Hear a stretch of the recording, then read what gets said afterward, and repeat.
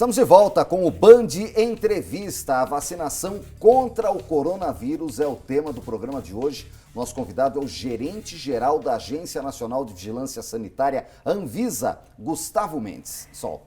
Doutor Gustavo, tem uma pergunta que é muito simples. Às vezes as pessoas têm medo de tomar vacina com medo de pegar a doença. Eu não vou tomar vacina contra H1N1 porque eu fico gripado. Eu queria que o senhor explicasse como é que funciona o processo da vacina contra o coronavírus no organismo da gente. Pessoal, que são diferentes propostas de vacina, né? Então, vou citar alguns exemplos. A Coronavac é uma vacina de vírus inativado. Isso significa que o coronavírus, ele passa por uns processos químicos e tecnológicos para que ele não cause nenhum mal no organismo, mas que quando administrado no corpo, o corpo possa promover os anticorpos que combatem o coronavírus ativo. Então, nesse sentido, não tem como ter a realização, a ocorrência de uma doença, porque justamente o vírus está inativado. Então, não tem como. Tem outras tecnologias, por exemplo, a vacina de Oxford, que usa o material genético do coronavírus dentro de um vírus que não tem nada a ver com a doença, então um vírus de chimpanzé que não tem a possibilidade de causar uma doença no homem, para poder replicar o que a gente chama de antígeno e gerar os anticorpos.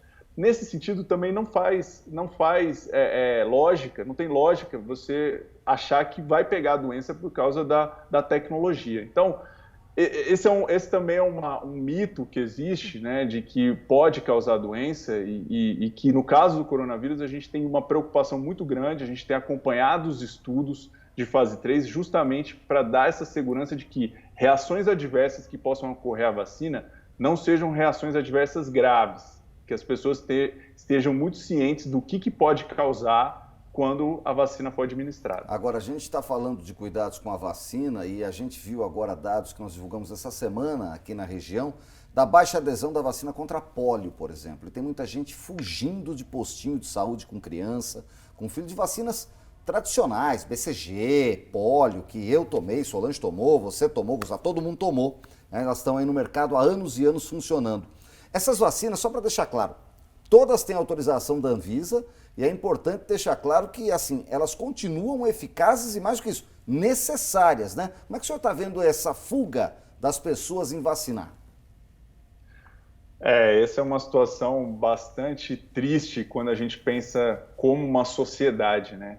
Porque são vacinas que têm a sua eficácia demonstrada. No caso da pólio, no caso do sarampo, né, doenças que são gravíssimas e que a gente vê ressurgindo por conta desse movimento e dessa ideia de que a vacina pode causar mal, de que a vacina não é segura e etc.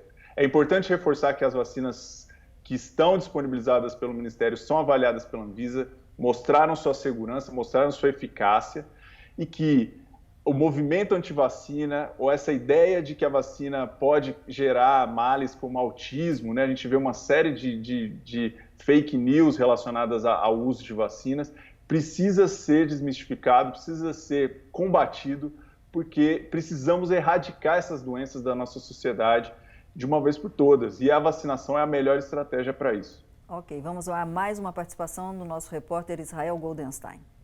Os laboratórios estão correndo na busca da vacina contra a Covid-19. Sabemos que a produção de um imunizante leva pelo menos 4 anos. A Anvisa também está nesse processo de corrida para uma aprovação rápida aqui no Brasil? Então, a Anvisa, ela tem por responsabilidade avaliar os dados, né? É claro, a gente sabia que precisávamos ser céleres no momento em que esses dados estivessem disponíveis. Então, a gente fez uma série de inovações administrativas aqui na Anvisa para que a gente pudesse dar respostas rápidas sem abrir mão dos critérios técnicos necessários. Então, a primeira coisa que a gente fez foi estabelecer um comitê de especialistas. Usualmente, a gente designa alguns especialistas para avaliar a vacina ou medicamentos, mas no caso da Covid, a gente deslocou um comitê, porque a gente acredita que se tiver mais especialistas envolvidos, especialistas com mais de 10 anos na avaliação de vacinas, de medicamentos, a gente acredita e a gente observou que a gente consegue dar respostas mais rápidas. Também avaliamos os estudos, né? Então, são mais de 50 estudos aprovados aqui na Anvisa para medicamentos contra a Covid. Não só vacina, mas temos várias outras propostas em andamento que também são promissoras. Então, fizemos essas inovações para que a gente pudesse dar a resposta célere e saber que estamos cumprindo com o nosso papel sem abrir mão do rigor técnico necessário. Ou seja, isso é importante no momento, Gustavo, que muita gente fala assim, não, mas tem muita questão política envolvida. Sim. A Agência de Vigilância Sanitária trabalha estritamente com os critérios técnicos, ou seja, a primeira vacina que for autorizada pela Anvisa no Brasil, não importa de onde vem, a população pode ter certeza que tem grande qualidade como todas essas que estão aí, é isso? É isso mesmo, os procedimentos da Anvisa são estabelecidos com base técnica, com base nessa discussão de fórum de agências reguladoras que vem se encontrando semanalmente, compartilhando os questionamentos, compartilhando os requisitos. Então, são procedimentos muito bem estabelecidos com base científica e que os movimentos políticos acabam não interferindo justamente porque são conhecimentos solidificados e necessários para se ter essa confiança na aprovação. Então, nesse sentido, a população pode ficar tranquila que estamos seguindo todo o rigor necessário para avaliação desses produtos. Ok, Gustavo, agradecemos, ficaríamos a noite inteira aqui conversando, agradecemos demais a sua participação e principalmente seu esclarecimento aí para a população. Muito obrigada. Eu que agradeço pela oportunidade, um abraço. Muito obrigado, Gustavo. A gente agradece também a participação do nosso companheiro da Rádio TV Band Vale, Israel Goldenstein. Obrigado, Israel.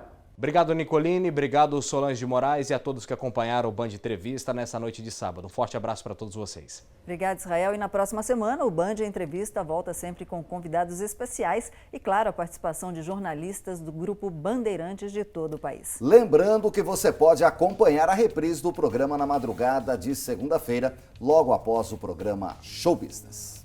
Uma boa noite a todos. Obrigado pela sua companhia. Até a próxima semana.